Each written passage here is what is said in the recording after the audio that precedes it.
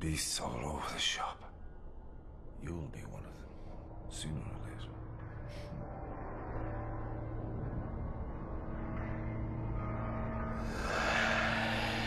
چطورید بچه‌ها؟ درود بر شما. تو ذهنم بود یه 10 اپیزود درست کنم، بعدش یکم فاصله بدم به سری چیز میز که بتونم بیشتر راجع بهشون فکر کنم. برای همین نه تنها توضیح این ویدیو بلکه اینترو 6 7 تا ویدیو آخر هیچ فرقی نمیکنه و فعلا اون کلیتی که خیلی وقت تو ذهنم بوده و همیشه می‌خواستم انجام بدم رو دارم باهاش جلو میرم. یک سری چیز میز ریز و درشت تو مدیوم های مختلف که بعضی موقع میتونن یه ویدیو مجزا بگیرن، بعضی موقع بیشتر شبیه فان فکت میان و دلیل درست کردن این ویدیو اینه که وقتی دارم راجع به اون اثر صحبت میکنم، این چیزایی که توی این ویدیو قرار میگیرن هر چقدر اون صحبت کوتاه باشه بلند باشه بعضی موقع جا نمیگیرن توی اون ویدیو، خیلی رندوم به نظر میاد. مهم اینه که به نظر من قابل توجه هستن و فعلا حتی اشاره بهشون و یکم صحبت بیشتر هم کافی میاد تا ببینم چیکار میکنم.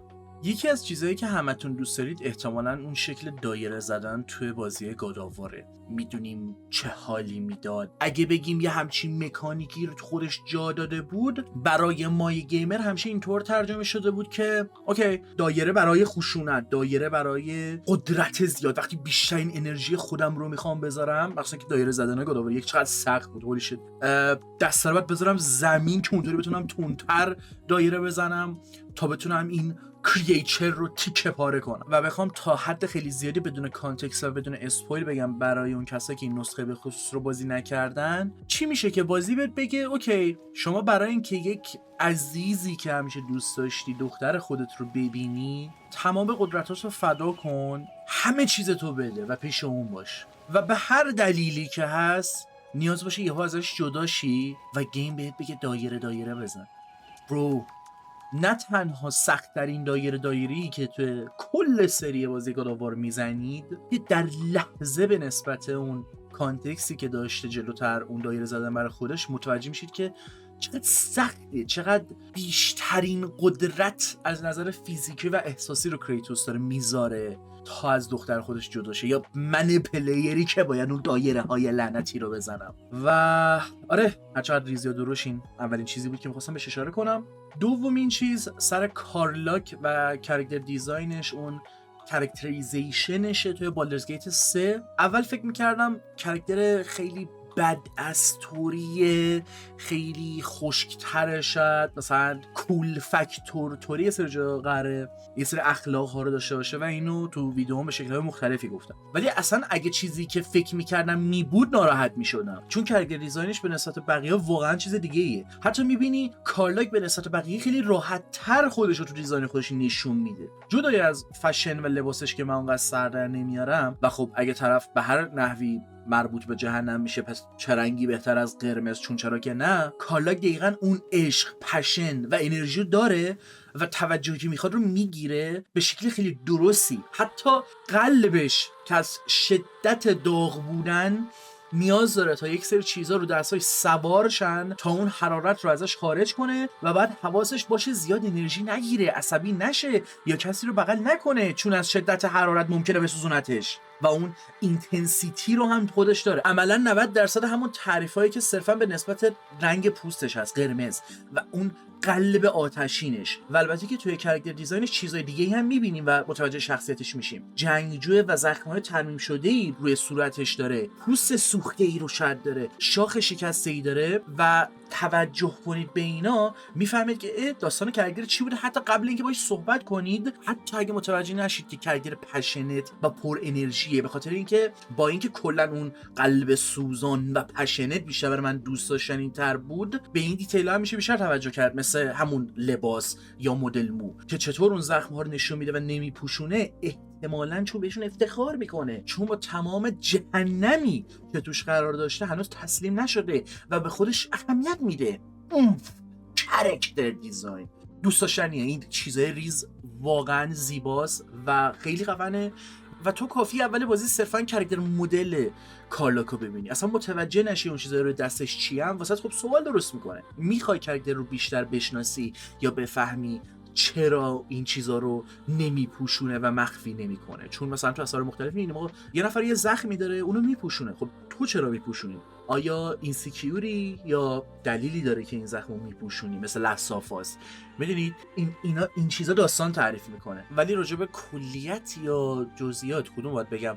کلا نمیخوام به خصوص راجع به کاراکتر دیزاین صحبت کنم که بگم خب به صورت دیفالت من به کاراکتر دیزاین علاقه دارم و هر اثری خوب باشه خب همه کاراکتراشو دوست دارم. نه، سر کارلاک میگم به خصوص دقیقاً اون رنگ قرمز و اون نقش قلبش که تو داری میبینی چطور میتپه و چطور اون حرارتش یک آورا رو بهش میده و این اصلا نمیتونه کسی بغل کنه از اون انرژی و اون داستانی که داره توی این پکیجی که قرار گرفته. برای من کارلاکو و این چیز ریز و دوست داشتنی میکنه. سومین چیز در از خودش چند تا چیزه و سر چیزایی که میگم سعی میکنم تا اونجا که میشه جزئیات داشته باشم و دست روی یک نقطه به خصوص بذارم، چون میگم اگه مثلا راجع به کاراکتر دیزاین کلا بخوام صحبت کنم خب اوکی، کاراکتر دیزاین هر بازی که خوبه رو من دوست دارم، آره at some level true، ولی خب چیه این کارلاک مثلا به خصوصه که من دوست دارم سعی کنم توی اون لول نگه دارم. ولی یه چیزی که سر دارک سولز یک من دوست داشتم و همه‌شو باید بگم، نمیتونم یکیشو سوا کنم، برخلاف دارک سولز 2 که اونم یک سر جا اون شکل دیفیکالتیشو دوست دارم، با این که نمیدونه اصلا چه اپروچی داشته باشه به نسبت دیفیکالتی و اصلا دیفیکالتی رو درست درک نکرده، یه سر جا تجربه تام و جری توری درست میکنه که اونم با حال جای خودش. مثلا یه جای دیگه شاید دوباره بیشتر باز کردم و دوباره توی چیز میز بهش اشاره کردم که یکم تقلب میشه، ولی خب دارک سولز یک شکل دیفیکالتی های مختلفی رو امتحان میکنه و این قضیه رو من توی دارک سولز یک برخلاف خیلی از پلیرها دوست دارم. من اون ران بک ها و شکل دیفیکالتی که با کامرا داره، با پرسپکتیو داره، یه جا با نور به تو دیفیکالتی میده، میاد یه محیطی میذاره میگه اینجا از هر جایی که فکر میکنی تاریک تره، یه جا میاد جلوی تو یه باسی رو میذاره، یه منطقه‌ای میذاره میگه آقا اینجا کل قضیه پرسپکتیوه، یه جا میاد یه چیز دیگه‌ای میذاره دیفیکالتیش دفنسیو بودن است. البته دفنسیو بودنه که دیفیکالتی نمیشه، جلوی بد هابیتات رو بگیره، اون عادت‌های بدت رو بگیره، جلوی اون اخلاق‌هایی که خود بازی شاید یک سری جاها بهت داده رو بگیره. و هر چقدر یک سری منطقه ها تو دارک سولز یک اسمشون میاد بالا، بهشون اشاره میشه و میگن که نه این بد بود، این افتضاح بود، این حال نداد فلان، من اینطوری هم که نه، واقعا وابسته به اینکه چطور بهش نگاه کنی، همین که تو داری بهش اشاره میکنی هم باز پوینت این قضیه رو ثابت میکنه که اون منطقه، اون باز هر چیزی که هست هدفشو به دست آورد. و دارک سولز یک میگم اوکی خیلی‌ها دوست ندارن بابت اینکه شکل دیفیکالتی های مختلفی داره و شاید یک سری جا فوکس نیست، ولی من حال میکنم که شاید این توانایی داشته باشم که بتونم بگم آقا بلایت تاون، کل این منطقه خودش یک باسه، اصلا مثل یک باس باید باش برخورد کنی و جلو بری. محیط های مختلف این شکلیه، یه سری جا دوربینه، دقیقاً همین که دوربین اذیتت میکنه تو باید بفهمی که اوکی من اینجوری لاک نباید بکنم، خب اینجوری یه لحظه رو این لاک کنم که بتونم موومنت بهتری داشته باشم. و سر این قضیه هم با دلایل و استنادهای زیادی میتونم ثابت کنم که نه، به خاطر این نیستش که الان یکی بیاد بگه خب نه دیگه، خب تکنیکال لیمیتیشن بازیه، تو چون سر در میاری اینا رو کنترل میکنه و به نظر چیز فام میاد. نه، این سرجا اصلا بازی میخواد که اگه تو لاک کردی بازی به هم بریزه، اصلا نتونی بازی کنی، لاک نکنی بیشتر واسه منفعت داشته باشه. و من این شکل چیزا تو دارک سولز یکو دوست دارم، میخواستم راجع بهشون ویدیو مجزا درست کنم، خیلی وقتی میخوام این کارو بکنم، فعلا انجام ندادم. پس دقیقاً اون جایی که فعلا میتونم، یعنی ویدیو چیز میز باشه، اینطور بودم که اوکی یه اشاره ریز بهش میکنم دیگه. بازم میگم حالا هنوز تکلیفم 100% مشخص نیست سر ویدیو چیز میز، ولی ممکنه یه سری بحثایی رو بکنیم که اصلا ربطی به گیم نداشته باشه یا چیزای منفی باشه، یه چیزی که من بدم میاد. چیز میز، چیزهای مختلف. چهارمین چیزی که دوست دارم یه چیز خیلی ریزه، ویژوال دیتیله. وقتی برگ درخت ها میریزه تو رودخونه ای چیزی، از بین نمیره و میمونه رو آب.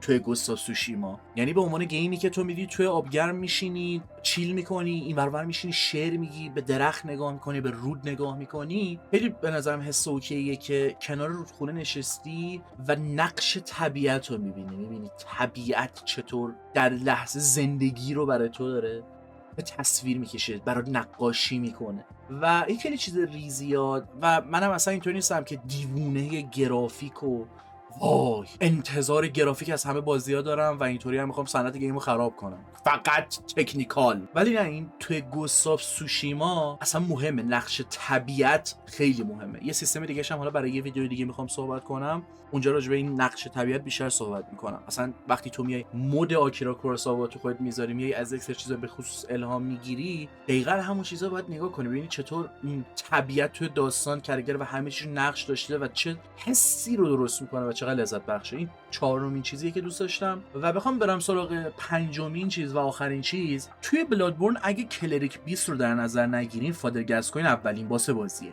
اولین باسی که جلوتون رو برای پیشروی میگیره و یکی از بهترین ها هم هست که از زوایای مختلفی میشه راجع بهش صحبت کرد. معمولا اولین باس های بازی هدفهای زیادی رو کنن همزمان به دست میارن. فعلا فادر گاسکوین مد نظرمه و یه سری چیزا به خصوص که جلوتر بهش میرسم، ولی میخوام یه ذره شرح بدم قضیه رو. اصلا خوب کامبت بلادبورن رو بهتون نشون میده، چطور اوپنینگ پیدا کنید، اگریسیو باشید، کی در برید. ولی از نظر دیزاینی من میشه این عزیزو دوست دارم. اگه کوست رو برید احتمالاً سریع میفهمید که اوکی این فادر گاسکوین نقش این کلمه فادر چیه. خب اصلا هانتر دیگه، اصلا چرا پاش داریم فایت میدیم. اصلا اولین جایی که متوجه مفهوم به نظرم فیرد اولد بلاد میشیم، یه پدر، اصلا یک انسان معمول که اتفاقا چه فشنی داره، ولی اصلا به نسبت به چیزایی که من جلوتر تو بازی دیدم هم چیز وحشتناکی نیست، احتمال خیلی راحت بزنیمش. یه پدر خانواده دار که احتمالاً حتی به زن خودش هم رحم نکرده و وقتی تبدیل میشه خاطرات اون خانواده و بچه ها هم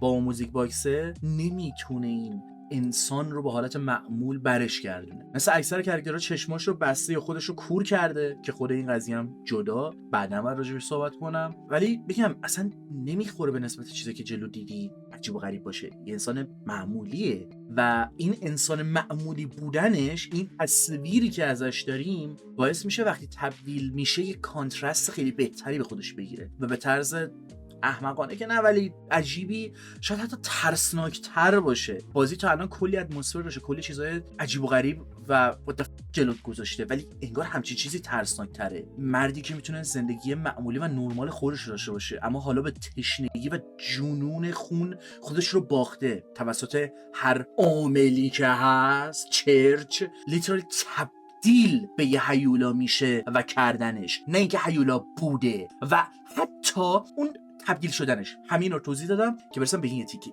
این یه تیکه هم حتی دوست دارم، اون تبدیل شدنش هم حتی خیلی یهوییه و اینطوری نیستش که مثلا کاتسین بزنه فرصت بده، که به نظرم حتی خوب نشون میده که شهریارنام هم انگار همینطوری تبدیل شده، قبلا چطور بوده و چیزها چقدر سریع یهو به جهنم و یه نفرین تبدیل شدن. و حالا حتی این سرعت خونخواهی و تبدیل شدن به یه هیولا احتمالاً با زدن باز تو ما هم بالاتر میره. اصلا همون اولی که بازو شروع میکنیم اینطوری که آیا ما شکارچی هستیم یا شکار. حتی OST این باس هم دهانتر به صورت همزمان هم مرتبط به فادر گاسکوینه هم کاراکتر اصلی ما، که در اصل مفهوم‌های مختلفی میشه داشته. هر کسی میتونه برداشت خودش داشته باشه. من از این برداشتی که داشتم دارم بهش اشاره میکنم و ازش لذت میبرم و اینطوریه که در اصل قدم اولیه که ما برمیداریم تا جای فادر رو بگیریم، فادر گاسکوین، یا حداقل لیاقت این تایتل رو داشته باشیم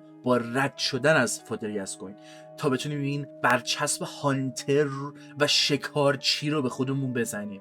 و کلن خیلی چیزا هستش که نسبت به یک چیز توی بلادبورن گفت، ولی اون دوتا چیز ریزی که دوست داشتم میخواستم پشت سر هم بگم. حالا یکی همین موزیکه بود که برداشت‌های مختلفی میشه داشت، یکی اون یهویی تبدیل شدن بود، اون یهویی تبدیل شدن فادر گاسکوین و اون تفاوتی که به خودش میگیره و از یک هانتر معمولی یک انسان تبدیل به یک همچین موجودی میشه، خیلی واسه من خفن و دوست داشتنیه. و همین، اینم از پنجمین چیزی که میتونستم بهش اشاره کنم و دوست داشتم. احتمالاً یکی دو روز ویدیو عقب بیفته، درگیر یه سری چیزا هستم، ولی آره کلا واقعا خیلی جدی گرفتم این سریه رو و دوست دارم راجع به خیلی چیزها که فرصتش رو پیدا نمی‌کنم اونقدر با جزئیات یا حتی همینطور کلی صحبت کنم کنار هم قرار بدمشون. حالا بعداً اگه تونستم باز کنم این موضوع خیلی بیشتر و بیشتر و بیشتر. امیدوارم که از این ویدیو شما هم لذت برده باشید و به هر شکلی که دوست دارید درگیری داشته باشید با محتوا. من خوشحال میشم. حالا میخواد کامنت باشه، لایک باشه، هر چی میخواد باشه، هر جور که راحتید و بیشتر لذت میبرید از ویدیو. همین، چیز دیگه نمیمونه. دمتون گرم و شب و روزگار خوش.